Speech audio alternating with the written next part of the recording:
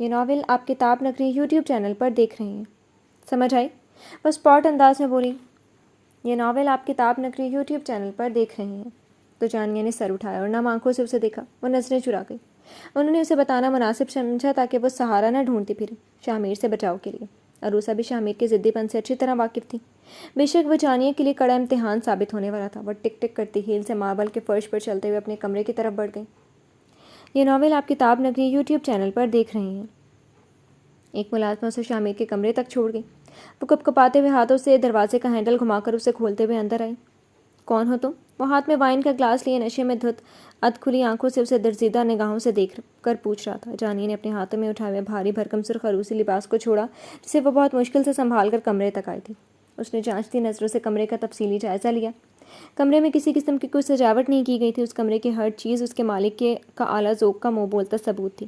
دبیز قالین، بھاری پردے، جہازی سائز بیڈ اور دیوار گیر کلاک کے نیچے لگی اس کی انلاش تصویر پہ۔ یہ ناول آپ کتاب نگری یوٹیوب چینل پر دیکھ رہے ہیں۔ اوہ اچھا، ابھی کچھ دیر پہلے جس سے میرا نکاح ہوا وہی ہو تم؟ ایک ہاتھ میں وائن کا گلاس تو دوسرے میں سگریٹ موجود تھا۔ وہ سگریٹ کا مرغولا بنا کر ہوا میں اچھال گیا۔ یہاں آؤ، میں بھی تو ذرا قریب سے دیکھوں میری موم نے میرے لیے کیا پسند کیا ہے۔ کنگ سائز بیڈ پر نیم دراز اس کے مجازی خدا نے سرد لہجے میں حکم دیا تھا۔ وہ دھڑکتے دل اور کپ کپاتی ٹانگوں سمیت رستہ وجود لیے اس کی طرف بڑھنے لگی۔ پاس آؤ، وہ دھاڑا۔ جانیہ اپنی جگہ سے ڈر کے مارے اچھلی۔ دھڑکنیں کانوں میں سنائی دینے لگی۔ نظروں سے اشارہ کرتے ہوئے اسے اپنے قریب بیٹھنے کو بولا۔ اس کی نظریں 17 سالہ جانیہ کے وجود پر جما دی تھیں۔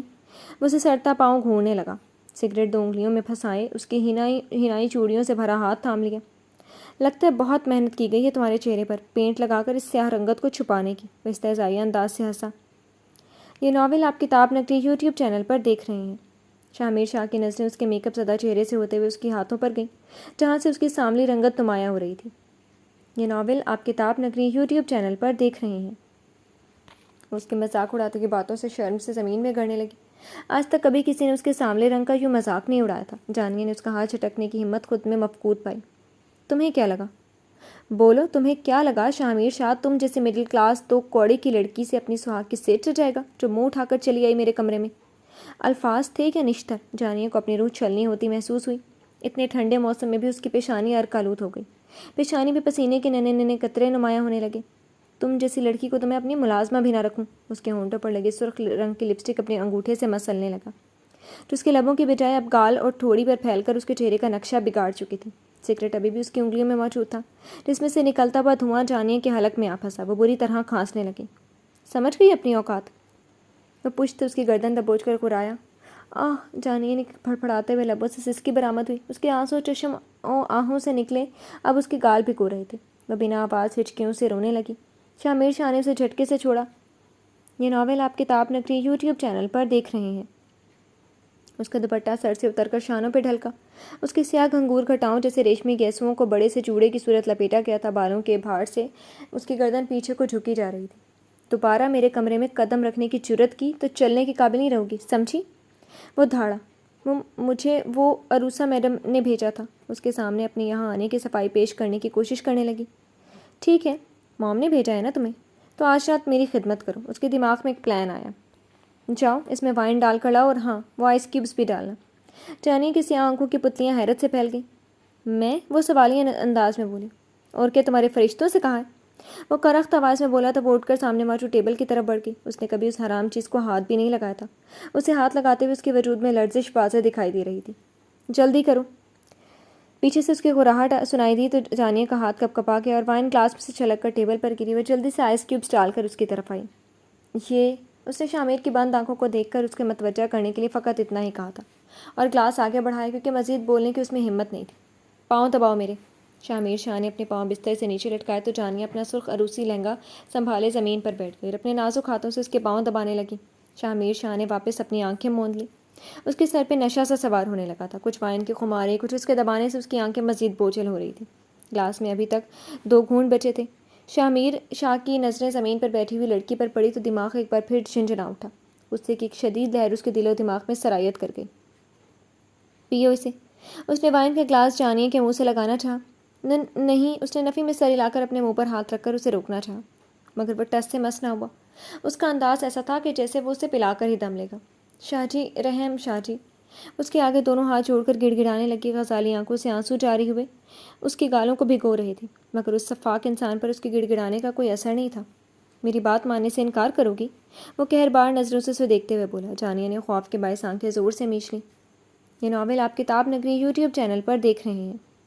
وہ یکدم پینترا بدلے جانیہ کے بالوں کو پیار سے سہلانے لگا۔ جانیہ اس کے عمل پر ششتہ رہ گئی، جبکہ اس کی آنکھیں ابھی بھی بند تھیں۔ اس کے ریشمی بالوں میں آہستہ آہستہ انگلیاں چلاتے ہوئے اس نے جانیہ کی جوڑے نما بالوں کو اپنی مٹھی میں جکڑ کر پوری قوت سے کھینچا۔ اچانک اس عمل سے اس کی چینخ نکلی۔ اس کے ریشمی بالوں کا جوڑا کھلا اور اس کے پشت کے ساتھ ساتھ زمین بھی سیاہ دکھائی دینے لگی۔ جانیہ کے لمبے ریشمی بال اس کے گھٹنوں سے نیچے آتے تھے، وہ فرش پر بکھر گئے، اس کی پتلی نازک سی پشت کو بھی چھپا گئے۔ شامر نے نخوت زدہ نگاہوں سے اسے دیکھ کر چلتا ہوا سگریٹ جانیہ کی سراہی دار گردن پہ داغ دیا۔ شاہ جی مجھے درد۔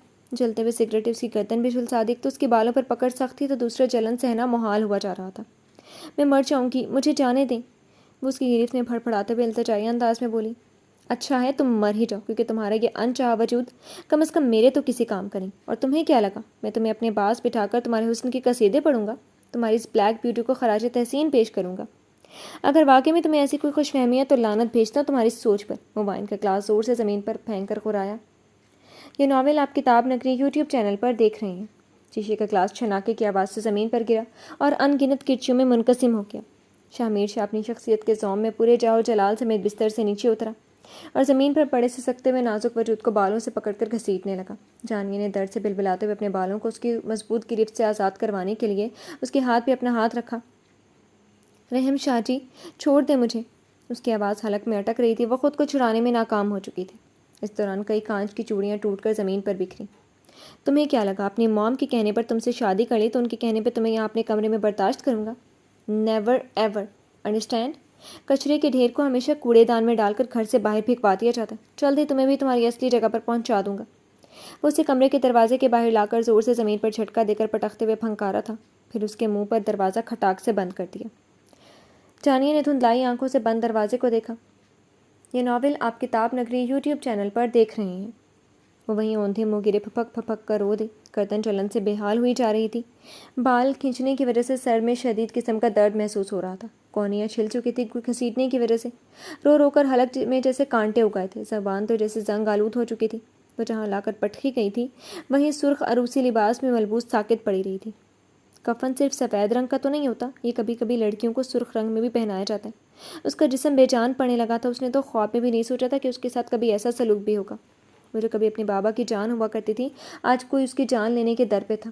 اس کے بابا نے کبھی اسے ہلکی سے خراش بھی نہیں آنے دی تھی، اور آج اس کے ساتھ اس کے مجازی خدا نے جانوروں سے بھی بدتر صفاقانہ اور بے رحمانہ سلوک کیا تھا۔ یہ ناول آپ کتاب نگری یوٹیوب چینل پر دیکھ رہے ہیں۔ اس پہ تو ابھی تک صدمے کی سی کیفیت آ رہی تھی۔ کاش ایک پل کے لیے عورت کو دو کوڑے کا کر دینے والے مرد بھی کبھی اس تکلیف کا اندازہ لگا سکیں۔ اسرائیل تقریب کے اختتام کے بعد جب اپنے کمرے کی جانب بڑھا تو اس وقت سب مہمان جا چکے تھے۔ تقریباً رات کا 1 بج چکا تھا۔ شاہ ویلا کے کمروں کی لائٹس آف ہو چکی تھیں، صرف اسی کے کمرے کے دروازے سے روشنی باہر آ رہی تھی۔ اس نے ہاتھ بڑھا کر دروازہ کھولا تو اس کی توقع کے عین مطابق اس کی نئی نویلی دلہن اس کے انتظار میں بیڈ گراؤنڈ سے ٹیک لگائے بیٹھی تھی۔ وہ گہری سانس لیتے ہوئے کمرے میں داخل ہوا اور دروازہ لاک کیا۔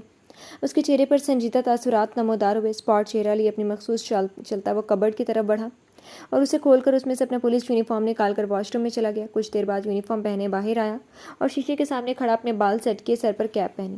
نازنین نے مزید انتظار کرنے کا ارادہ ترک کیا اور گھونگھٹ پلٹ دیا۔ یہ ناول آپ کتاب نگری یوٹیوب چینل پر دیکھ رہے ہیں۔ کہیں جا رہے ہیں آپ؟ وہ بستر سے نیچے اتر آئی تو اس کی چوڑیوں اور پائل کی ٹھنکار سے پورا کمرہ جھنجھنا اٹھا۔ اسرائیل نے شیشے میں سے اس کی طرف دیکھا۔ ایک امپورٹنٹ کام ہے، آ جاؤں گا جلدی، تم چینج کر کے ریسٹ کرو۔ وہ چلتے ہوئے اس کے قریب آیا اور پیار سے اس کا گال تھپ تھپا کر بولا۔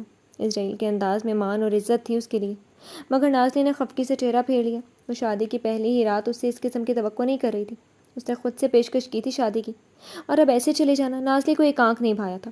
اسرائیل اس کی خفگی کو بخوبی محسوس کر گیا، مگر جب گھڑی پر نظر پڑی تو اللہ حافظ کہتے ہوئے صورت سے باہر نکل گیا۔ دروازہ بند ہوتے ہی اس نے اشتعال انگیزی سے سارے کمرے میں نظر ڈالی، جو گلابوں اور موتیوں کی مسحور کن مہک سے مہکا ہوا تھا۔ لائٹس اور کینڈلز نے ایک عجب فسوں پیدا کر رکھا تھا۔ اس نے ہاتھ مار کر پھولوں کی لڑیاں توڑ دیں، پھر بیڈ شیٹ جس پہ پھولوں کی پتیوں سے ہارٹ بنایا گیا تھا اسے کھینچ کر زمین پر پھینکا۔ غرض یہ کہ وہ چند لمحوں میں سارا سجا ہوا کمرہ تہس نہس کر چکی تھی، پھر بنا چینج کیے وہیں بستر پر اوندھے منہ گر گئی۔ جی تو فرینڈس، کیسی لگی آپ کو آج کے ایپیسوڈ؟ کمنٹ سیکشن میں ضرور بتائیے گا. پھر حاضر ہوں گے نیکسٹ ایپیسوڈ کے ساتھ. تب تک کے لیے اجازت دیجیے. شکریہ. اللہ حافظ.